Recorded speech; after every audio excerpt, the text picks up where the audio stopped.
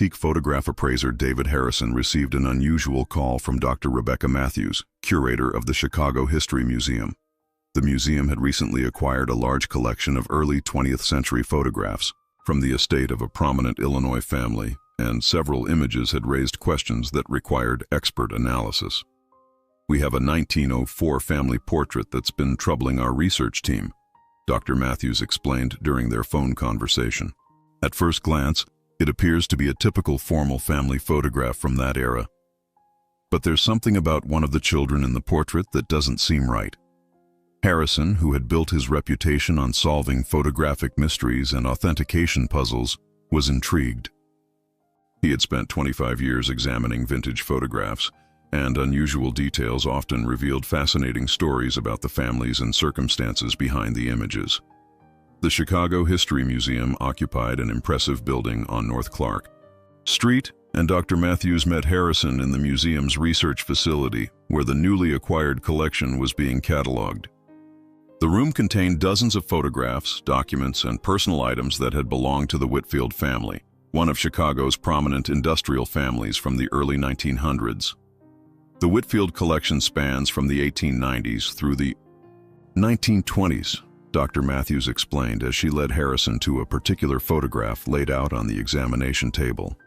Most of the images are straightforward family portraits and social gatherings, but this one has been puzzling our entire research staff. The photograph in question was an 8Q 10-inch studio portrait mounted on heavy cardboard backing, typical of professional photography from 1904. The image showed exceptional clarity and composition, indicating it had been taken by one of Chicago's premier photography studios. At first examination, the portrait appeared completely normal. A well-dressed family of four posed in an elegant studio setting that reflected their social status and wealth. The 1904 photograph depicted the Whitfield family in their finest formal attire, positioned in the classical arrangement favored by wealthy Chicago families of that era. The composition followed the established conventions of studio portraiture, with each family member carefully positioned to create a harmonious and dignified presentation. Mr. Charles Whitfield, a distinguished gentleman in his early 40s, stood behind his seated wife, wearing an impeccably tailored dark suit with a silk vest and gold watch chain. His posture conveyed the confidence and authority of a successful businessman, and his expression reflected the serious demeanor considered appropriate for formal portraits of the period. Mrs. Catherine Whitfield sat gracefully in an ornate chair, her elaborate dress featuring the intricate beadwork and lace details that indicated both wealth and refined taste. Her hair was arranged in the fashionable Gibson girl style of 1904, and she wore jewelry that suggested the family's considerable prosperity.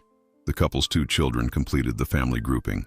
12-year-old Margaret stood beside her mother, wearing a dress with sailor-style collar that was popular for young girls of wealthy families, while 8-year-old Thomas sat on a small stool near his father's feet, dressed in a formal suit with knee breeches and high stockings typical of boys' clothing from that era. The studio backdrop featured painted classical elements, marble columns, and garden scenery that created an atmosphere of refinement and cultural sophistication. The photographer had arranged the lighting to create even illumination across all four subjects, demonstrating the technical skill expected from Chicago's most established portrait studios. Harrison examined each element of the photograph methodically, noting the period-appropriate clothing, jewelry, and studio props. Everything appeared authentic and consistent with 1904 American portrait photography.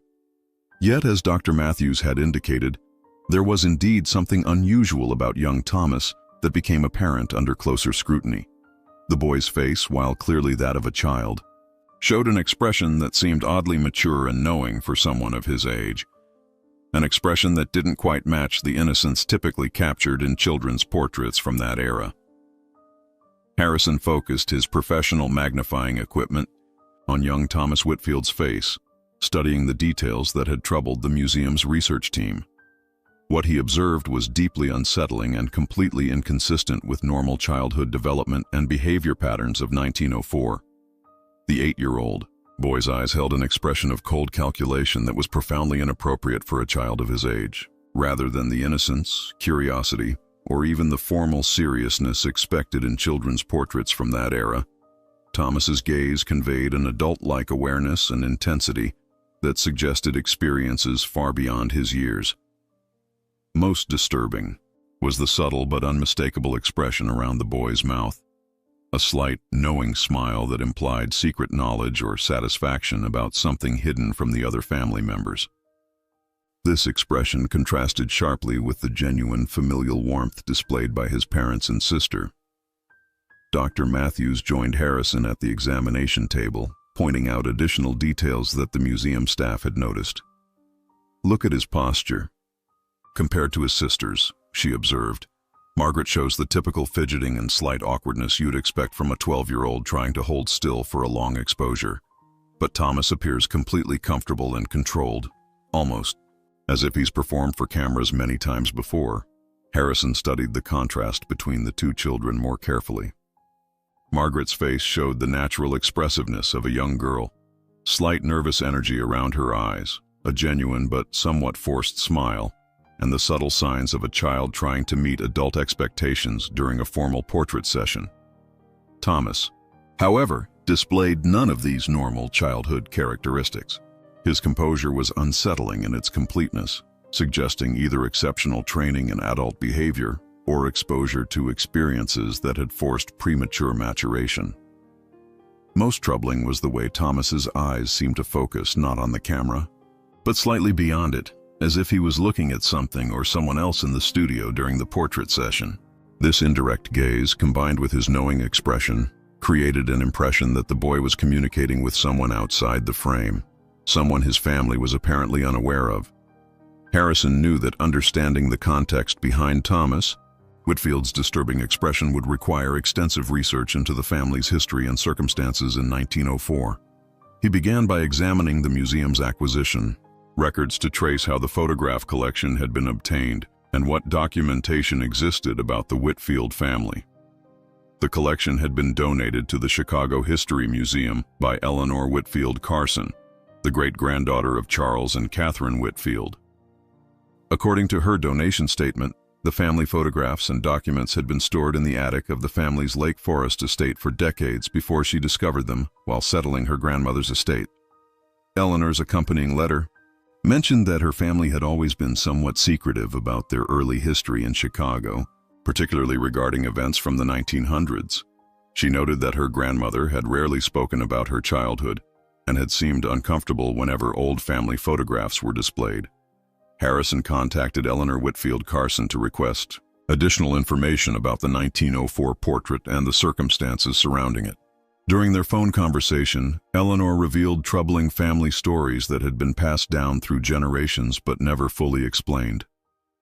"My grandmother Margaret, the girl in the photograph, used to say that something terrible happened to her brother Thomas when they were children," Eleanor explained. She would never give details, but she always insisted that Thomas had been changed by some experience when he was very young. Eleanor continued with more disturbing family story. Grandmother said that after 1904, Thomas was never the same child he had been before. She claimed that adults started treating him differently, almost like they were afraid of him. The family eventually sent him away to a private boarding school when he was only 10 years old. These revelations suggested that the 1904 portrait had been taken during a significant transitional period in the family's life, possibly documenting the aftermath of traumatic events that had profoundly affected young Thomas. Harrison realized he needed to research Chicago newspaper archives and official records from 1904 to understand what had happened to the Whitfield family during that crucial year. Harrison spent several days at the Chicago Public Library's archives, searching through newspaper collections from 1904 for any mentions of the Whitfield family. His research revealed that Charles Whitfield had been a prominent figure in Chicago's industrial development, owning several manufacturing facilities that produced machinery for the city's rapidly expanding infrastructure. The Chicago Tribune, archives from early 1904, contained several articles about labor disputes at Whitfield's factories, including reports of unsafe working conditions and worker injuries that had resulted in public scrutiny of his business practices. These articles portrayed Charles Whitfield as a successful but controversial businessman who prioritized profits over worker safety. More significantly, Harrison discovered a series of articles from the Chicago Daily News in the summer of 1904 that reported on a criminal investigation involving the Whitfield family. The headlines were shocking. Prominent family under investigation, child witness in industrial accident case, and young boy's testimony raises questions. According to these newspaper reports, 8-year-old Thomas Whitfield had been present at one of his father's factories during a catastrophic accident that killed 3 workers and injured several others. The boy had apparently witnessed events that contradicted his father's official account of the accident, creating a legal and ethical crisis for the family. The most disturbing article, published in August 1904, revealed that Thomas had provided testimony to investigators that implicated his father in deliberately ignoring safety warnings that could have prevented the fatal accident. The boy's account suggested that Charles Whitfield had known about dangerous conditions at the factory, but had refused to implement safety measures due to their cost. What made Thomas's testimony particularly troubling was the mature and detailed nature of his observations. According to the newspaper reports, the 8-year-old had demonstrated an adult-like understanding of the industrial processes and safety procedures involved in the accident, leading investigators to question how a child could possess such sophisticated knowledge. The final article in the series, dated September 1904, reported that the investigation had been quietly closed without charges being filed against Charles Whitfield, despite Thomas's testimony. The article suggested that political pressure and financial influence had prevented prosecution of the prominent businessman. Harrison's research into the 1904 factory accident revealed the traumatic events that had transformed young Thomas Whitfield from an innocent child into the disturbing figure captured in the family portrait. Court records from the Cook County Archives provided detailed testimony about the incident that had claimed 3 lives and changed the Whitfield family forever. The accident had occurred at Whitfield Manufacturing Company's Southside facility on July 12, 1904. A steam boiler had exploded during the afternoon shift, killing 3 workers instantly and injuring 5 others with severe burns and crushing injuries. The blast had been so powerful that it destroyed an entire section of the factory building. According to witness testimony, young Thomas Whitfield had been visiting the factory with his father that day, supposedly to observe the manufacturing processes as part of his education about the family business. The boy had been standing in his father's office, which overlooked the factory floor, when the explosion occurred. What made Thomas's presence significant was his account of conversations he had overheard between his father and the factory supervisor in the hours before the accident. The 8-year-old had testified that he heard the supervisor warn Charles Whitfield about dangerous pressure readings in the boiler system and request permission to shut down operations for repairs. Thomas's testimony revealed that his father had refused to authorize the shutdown, stating that production deadlines were more important than worker safety concerns. The boy had also overheard his father dismiss the supervisor's warnings as worker excuses to avoid work.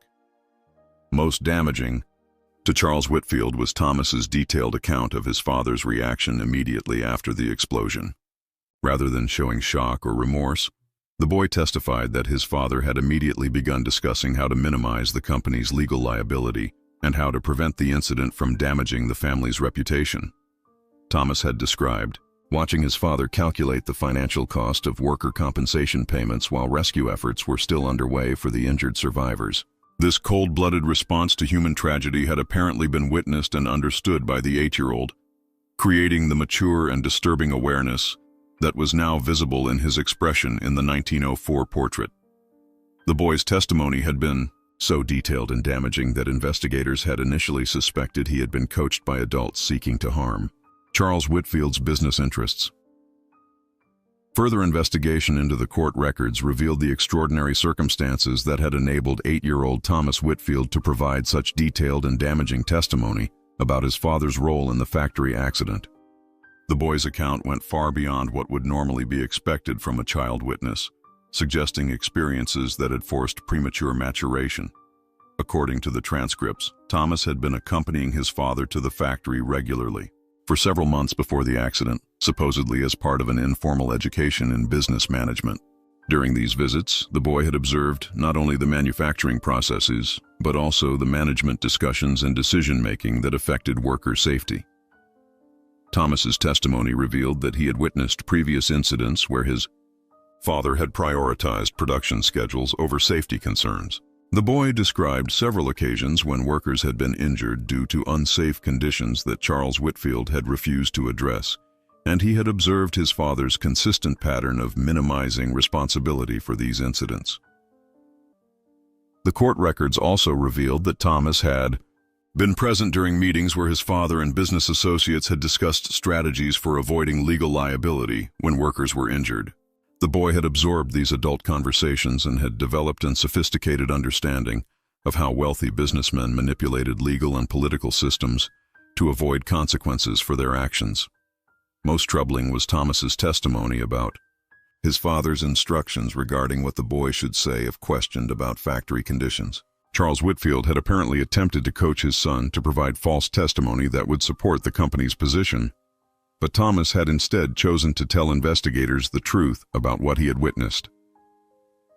The boy's decision to testify against his father's interests had required a level of moral courage and independence that was extraordinary for an 8-year-old. This experience had forced Thomas to confront adult realities about corruption, manipulation, and the abuse of power that most children never encounter. Harrison's research revealed that the Whitfield family's response to Thomas's testimony had been swift and devastating for the young boy.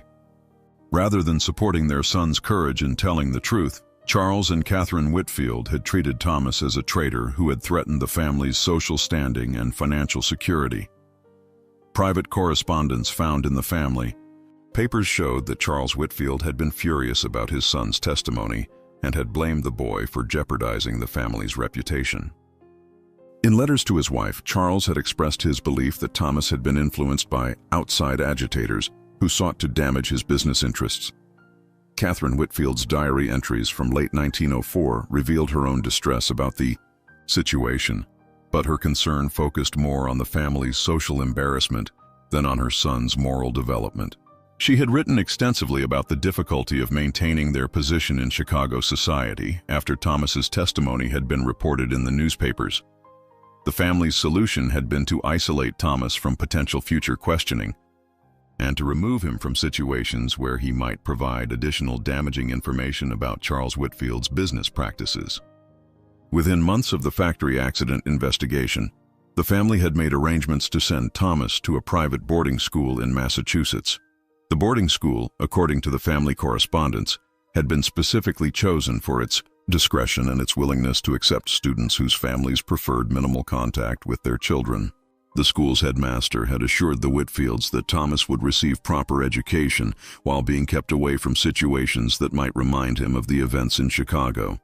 Most heartbreakingly, the family papers revealed that Margaret Whitfield had been instructed not to discuss her brother with friends or family members. The 12-year-old had been told that Thomas's testimony had been the result of confusion and that the family needed to protect him by not encouraging him to discuss the factory accident. The 1904 portrait had apparently been commissioned shortly before Thomas was sent away to boarding school, serving as a final family photograph before the boy's exile. The knowing expression captured in Thomas's face reflected his understanding that his honesty had made him unwelcome in his own family. Harrison's investigation into Thomas Whitfield's boarding school experience revealed the long-term consequences of the boy's traumatic exposure to adult corruption and his family's rejection of his moral courage. Records from the Millbrook Academy in Massachusetts showed that Thomas had been enrolled as a special circumstances student whose family had requested minimal contact and reporting. The school's records indicated that Thomas had been an exceptional but troubled student who demonstrated unusual maturity and cynicism for his age. His teachers had noted his advanced understanding of business and legal concepts, but they had also observed his difficulty forming normal friendships with children his own age. One teacher's report from 1906 described Thomas as a boy who has seen too much of the adult world's capacity for deception and selfishness. He approaches all relationships with a wariness that suggests profound disillusionment with human nature. The teacher had recommended counseling to help Thomas develop more age-appropriate social skills and emotional responses. However, the Whitfield family had specifically requested that the school avoid any psychological intervention that might encourage Thomas to discuss his experiences in Chicago. They had insisted that the boy needed to forget the past and focus entirely on his academic development. Thomas's academic performance had been outstanding, particularly in subjects related to business law and industrial management. By age 12, he had been reading college-level texts on economics and corporate governance, demonstrating the precocious intellectual development that had enabled him to understand and testify about his father's business practices. But the school records also showed concerning behavioral patterns that reflected Thomas's premature exposure to adult corruption. He had been disciplined several times for manipulating other students and for demonstrating what teachers described as an adult-like capacity for deception and strategic thinking. Most telling was a letter that Thomas had written to his sister, Margaret, in 1907, when he was 11 years old. In the letter, he had described his understanding that their father's wealth and social position were built on the suffering of workers, and he had expressed his belief that their family's comfortable lifestyle was paid for with other people's blood. The letter revealed that Thomas's experience as a child witness to industrial corruption had fundamentally altered his understanding of wealth, power, and moral responsibility in ways that would shape his entire adult life.